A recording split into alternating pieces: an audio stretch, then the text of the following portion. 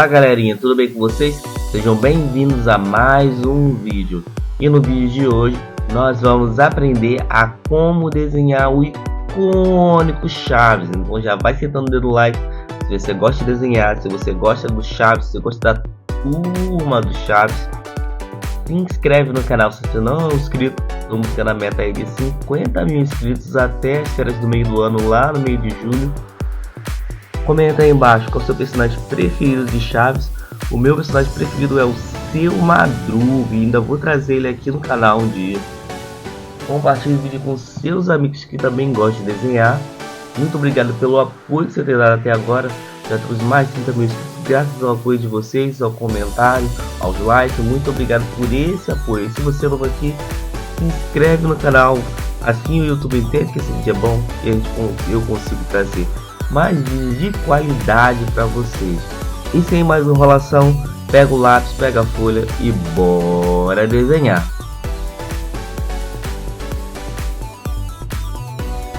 Se você é novo aqui e não sabe como funciona o canal, é bem simples, é só você ir copiando as linhas que eu estou fazendo no vídeo, passo a passo, rápido e fácil, linha por linha, que no final você vai fazer o mesmo desenho do Chaves que eu.